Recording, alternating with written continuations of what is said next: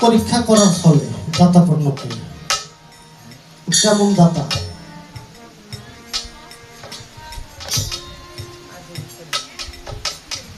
একটা ফকিরের বেশ ধরে ওনার বাড়িতে হাজির হয়েছে।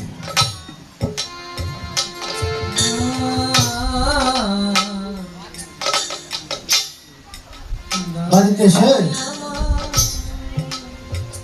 বলতেছে, আমি যে 3 দিনের ক্ষুধার্ত অনাহারি, আমাকে কিছু অন্ন দেবেন খাবারের জন্য? বলে হ্যাঁ। ঘরের মধ্যে আসন দিছে বসার জন্য।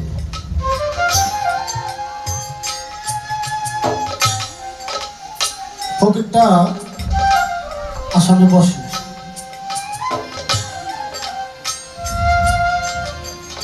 বসে দাতাকর্ণকে জিজ্ঞাসা করে, এই দাতাকর্ণ, তুমি যে আমাকে সেবা দিবা, তুমি কি দিতে পারবা? আরে আমি কিন্তু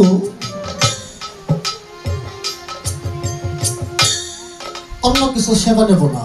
আমি সেবা নেব কি জানো? তোমার একটি ছেলে আছে না, নাম তার বিশ্বকেতু। এই বিশ্বকেতুর মস্তক দুখণ্ড করে আরে তাকে খাওয়ার উপযোগী করে যদি তুমি আমার সামনে দিতে পারো, তবেই আমি সেবা দেব।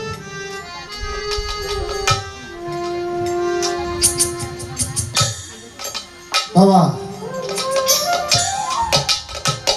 দয়ার কত ভাবে পরীক্ষা নাই না?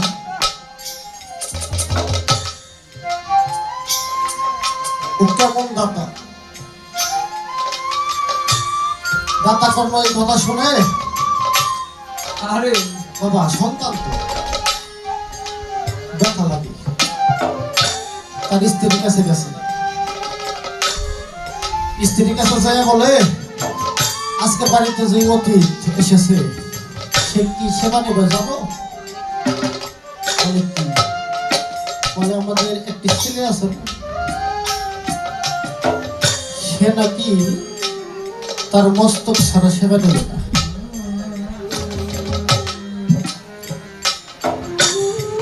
দাতাকর্ণের স্ত্রী উভয়েই অতিথির কাছে গেছে। অতিথি আবার বলে, হ্যাঁ যা বলছি তাই।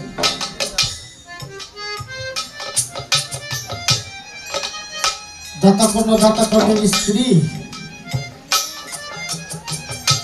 তার সেবা দেওয়ার জন্য সেবার আয়োজন করতে আসতেছে।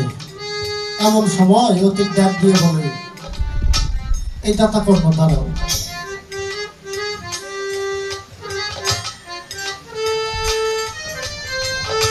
তোমরা তোমার ছেলেকে যে দুঃখণ্ড করবা, একজনে দাঁড়াবা এই পাশে, আরেকজন দাঁড়াবো ওই পাশে।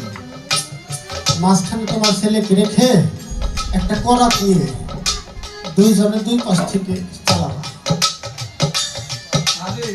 তবে খবরদার, দাতাকর্ণ এক ফোঁটা চোখের পানি যদি পড়ে,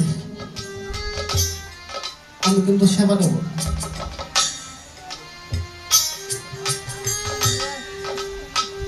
এক ফোঁটা চোখের পানি যদি পড়ে, আমি সেবা নেব না। দাতাকর্ণের স্ত্রী সন্তানকে মাঝখানে দাঁড়া করাইয়ে করাত চালায়।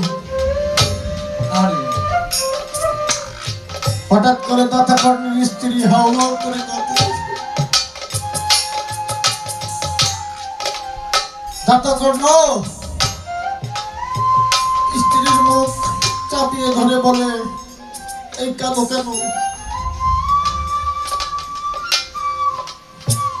কাঁদো কেন?